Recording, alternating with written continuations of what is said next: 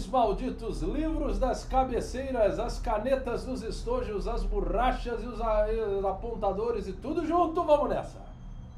Segunda parte, farmacocinética. A gente vai conversar um pouquinho sobre os últimos parâmetros que influenciam no conhecimento geral da farmacocinética e que, por consequência, como a gente viu na aula anterior, vão definir a dose, o esquema terapêutico, o intervalo de dose, enfim, para que a gente alcance o nosso objetivo terapêutico. Vamos nessa? Então vamos lá. Recapitulando os conceitos da aula passada, então a gente viu que uma vez o fármaco administrado, ele precisa sair do local da sua administração por um parâmetro que é conhecido como absorção. Então ele sai do local de administração e vai para o compartimento central, que na aula passada para a gente era exclusivamente o sangue. E o sangue, no sangue, ele vai ser distribuído, e é o que a gente começa a ver hoje, para que possa assim produzir o seu efeito, para que chegue ao local de ação. Qual era a única via que não tinha isso? Como a gente viu, o parâmetro de absorção era a via intravenosa. Todas as outras passam pelo processo de absorção. Então, vamos no conceito aqui. Uma vez que o fármaco sai do seu local de administração, passa pelo processo de absorção e chega à circulação, ou, no caso da via intravenosa, como ele é administrado diretamente na circulação, agora ele pode e vai ser distribuído. Tá? Então, a distribuição, e uma vez distribuído, ele vai chegar nos diferentes tipos de tecidos. Os tecidos sensíveis são aqueles onde vai acontecer o efeito do fármaco. Os tecidos ativos são aqueles em que a gente vai ver a biotransformação, a metabolização desse fármaco. Os tecidos emunctórios, que são aqueles responsáveis por excretar esse metabólito, né, esses metabólitos do fármaco, ou mesmo o fármaco ativo. E a gente vai ver os tecidos indiferentes, que são tecidos que simplesmente servem de reservatório temporário.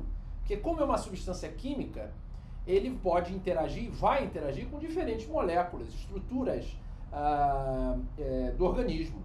Com isso pode haver uma ligação entre essa molécula do princípio ativo do fármaco com alguma estrutura, como uma proteína plasmática, uma proteína tecidual, e com isso, tanto a proteína plasmática quanto a tecidual podem servir de reservatório temporário para armazenamento desse fármaco. Tá ok? Então vamos no conceito. Distribuição, conjunto de processos os quais o fármaco é transferido da circulação por diversos tipos de tecido. Tá? Então tá lá, o fármaco foi administrado, ele passou pela absorção ou não, chegou na circulação, e a partir daqui ele pode coexistir, e alguns parâmetros vão influenciar sobre isso, em duas formas. Uma forma ligada a proteínas plasmáticas, como por exemplo a albumina, alfa-1 glicoproteína ácida, a transferrina, enfim. Basicamente as proteínas presentes no sangue, ou ele vai coexistir numa forma livre. O fármaco na forma livre é que vai ter a capacidade, somente na forma livre, ele pode chegar ao sítio-alvo, quer dizer, transpassar as barreiras biológicas, e também voltar do sítio-alvo para o plasma, para aí sim ser eliminado. Somente na forma livre ele pode interagir com determinadas moléculas teciduais, fixando-se em reservatórios, tecido adiposo, tecido ósseo, pele, tá? E também, na forma livre, o fármaco, como eu falei, pode ser biotransformado, que é metabolismo, e através disso ele pode ser excretado. Pense, a ultrafiltração glomerular não vai ocorrer com um fármaco no formato ligado a alguma proteína plasmática, por exemplo. E o fármaco, então, pode estar também na forma conjugada. Então, na forma conjugada ou forma livre. Só o fármaco livre executa o efeito dele. É só o fármaco livre que vai conseguir chegar no sítio-alvo e executar a ação. Mas há um equilíbrio. Sempre vai haver um equilíbrio quantitativo entre a forma livre e a forma conjugada, um gradiente. Toda vez que a forma livre vai em direção a um tecido, a forma conjugada se dissocia e fica livre, para que essa forma livre também haja um equilíbrio. Então ele foi para o tecido, a forma livre. Tecido e sangue tem um equilíbrio de gradiente. O fármaco saiu do tecido alvo, por exemplo, e voltou para o sangue para ser eliminado, o fármaco ligado, conjugado a uma proteína plasmática, por exemplo, vai para a forma livre para ir para o tecido. Então, sempre nesse mecanismo, nesse ciclo. Tá certo? Então, vamos lá. A distribuição, ela sofre a interferência, ou há parâmetros que vão regular a distribuição dos fármacos. Então, como a gente viu na absorção, no parâmetro, no critério da absorção, existiam aqueles fatores características, propriedades fisicoquímicas da molécula, né? Lipossolubilidade, peso molecular, grau de ionização, polaridade. Aquelas propriedades fisicoquímicas vão influenciar na absorção. Tá? Não somente isso.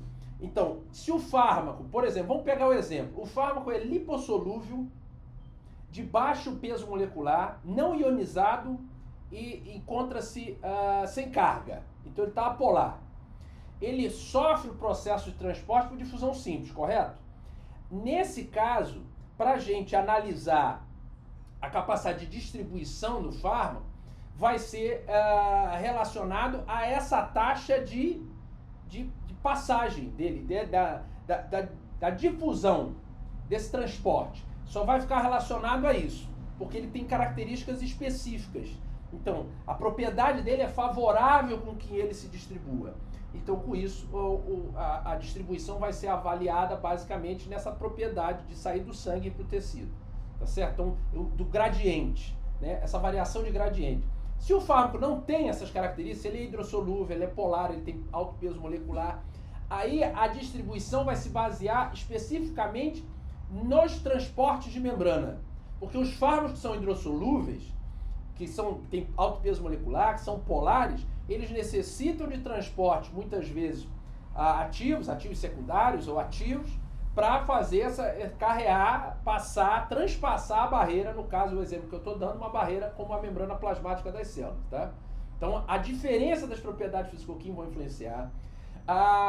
O fluxo sanguíneo, tá? Então, por exemplo, o fármaco é lipossolúvel, o fármaco é apolar, o fármaco é de baixo peso molecular. O fundamento disso é quanto mais um tecido for vascularizado, receber um aporte de sangue, mais rápido ele recebe aquela substância.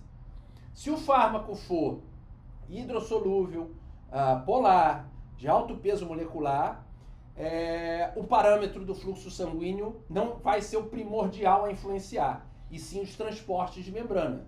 Tá certo? Porque ele pode ter um alto fluxo sanguíneo, mas as características fisicoquímicas do fármaco não favorecem uma difusão simples. Entenderam isso? Esse é o ponto principal. Então, fluxo sanguíneo importa, propriedades fisicoquímicas do fármaco importa, ligação à proteína plasmática importa. E a transporte de membrana, a permeabilidade da membrana. A gente vai ver que, por exemplo, a barreira hematocefálica tem sua característica, barreira placentária, o leite materno vai ter a sua outra característica, que pode favorecer ou não favorecer, tá? Determinadas, a presença aumentada de concentração de fármaco ou a presença diminuída de concentração de fármaco. Então vamos lá. Como é que a gente quantificar a distribuição de uma maneira bem objetiva? É complicado. A gente pode até quantificar, e eu digo quantificar a distribuição no organismo como um todo. É difícil. O que dá para a gente fazer, e é feito, é você quantificar em fluidos biológicos. Por exemplo, o sangue, o plasma, eventualmente o líquido cérebro-espinhal.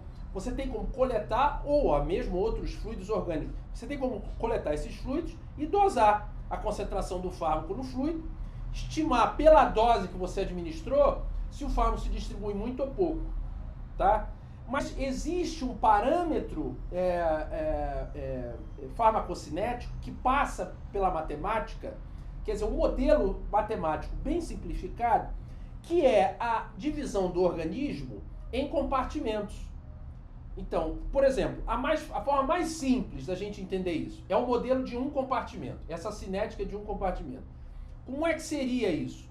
Como é que a gente quantificaria o que foi distribuído no organismo? O quanto daquele fármaco foi distribuído? Muito simples. Você administra uma dose, se a gente pegar o organismo como um todo, como um compartimento só, todos os diferentes tecidos e órgãos, sendo uma única coisa, você administrou, vamos imaginar, administrei o fármaco.